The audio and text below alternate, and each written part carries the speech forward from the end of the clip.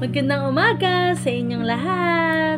Narito na naman ako, si Mimi Guapa, at magbabasa ng isang tula. Pero bago yan, magkikwento muna ako. Sorry po, hindi ako naging consistent this past few weeks or 2 weeks or so sa pagpo-post ng mga dapat kong i-post. Gumawa na kasi ako ng script ng mga dapat kong i-post pero hindi ko nagawa.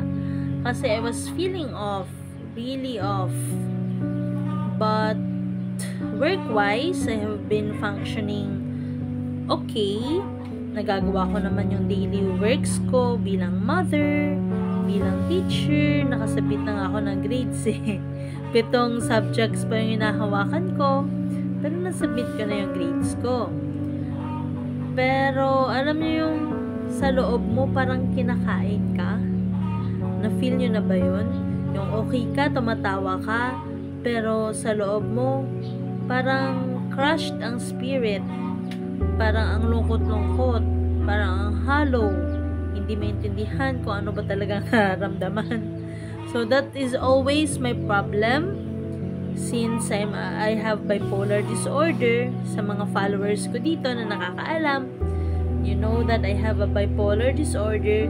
And sometimes, kahit na everyday naman ako nagtitake na medicines ko, meron pa rin talagang mga episodes, minor episodes, na nararamdaman kaming mga bipolar disorder kasi hindi kaming may mga bipolar disorder kasi alam ko hindi lang ako yung nakakaramdam nito eh.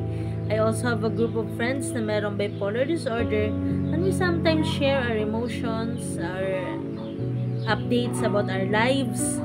So, yun, alam ko hindi lang ako nakakaramdam nito na may bipolar disorder, pero sa mga normal na tao, nararamdaman nyo din ba yun? Nakaka-relate din ba kayo sa aking poem na ginawa na tungkol sa gitna ng kawalan? Kung hindi, mabuti yun. Sana wag nyong maramdaman yun. And I hope na marunong kayong maghanap ng inyong outlet to express yourself or to find meaning, to find purpose. Huwag nyo nang hintayin na magkasakit kayo sa inyong mental health bago kayo maging open about your life or maging kahit private persons kayo. Alam nyo yung feeling na na-express nyo pa rin yung sarili nyo. So, nagsasalita lang ako. Wala akong script na pinrepare ngayon. I just want to express myself openly and to read a poem entitled Sa Gitna ng Kawalan. Okay? So, ang ating tula ay ginawa ko at isinulat ko nung nakaraang linggo when I started feeling this emotion. Yes, 10:18 pa pala. The week before 10:18 pa pala, naramdaman ko na itong hollowness.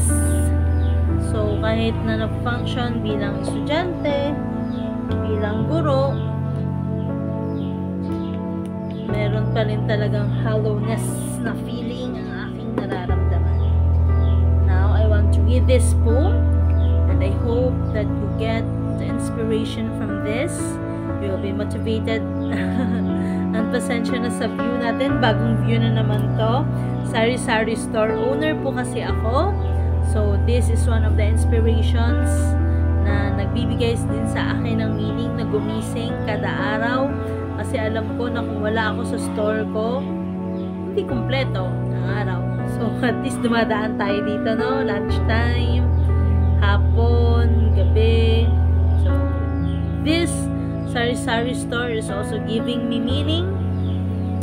And I hope mahahanap din natin ang mga bagay-bagay na nagbibigay sa atin ng meaning. Now, home rating na tayo. Okay. So, sa gitna ng kawalan. Tahimik ang paligid, ngunit maingay ang loob. Parang may unos, ngunit wala namang rumaragasa. Maraming gawain, ngunit walang galaw na tataob. Tila ba ang oras ay ayaw nang umusad ng ganap kaya balisa?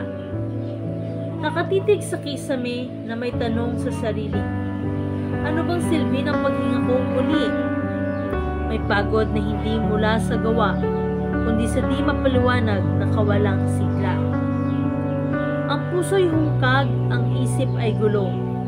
Gustong kumilos, ngunit di makapunto. Parang dagat na walang alon, parang apoy na walang init, walang direksyon.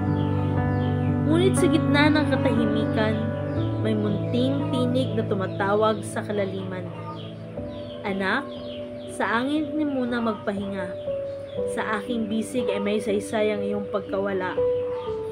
At doon, sa dulo ng pagod at pangungulila, may liwanag na dumarampi sa kaluluwa. Ang dating kawalang saysay ay napalitan ng pag-asang galing sa mailalang. Kaya't kung muli kang maglaho sa kawalan, tandaan mo ang katahimikan ay paanyaya lamang. Hindi para huminto, kundi upang makinig na sa bawat paghinga, may bagong sigla ang ibibigay ng langit. Sa gitna ng kawalan, naiyak ako. Pero gusto ko to. Gusto kong maiyak. Gusto kong makaramdam. Kasi ang halo nga ng feeling this past few weeks, tumatawa kasama sa mga estudyante, nakiki-vibe din sa kanila. Pero parang palagi kang pagod. Palagi kang ganito talaga.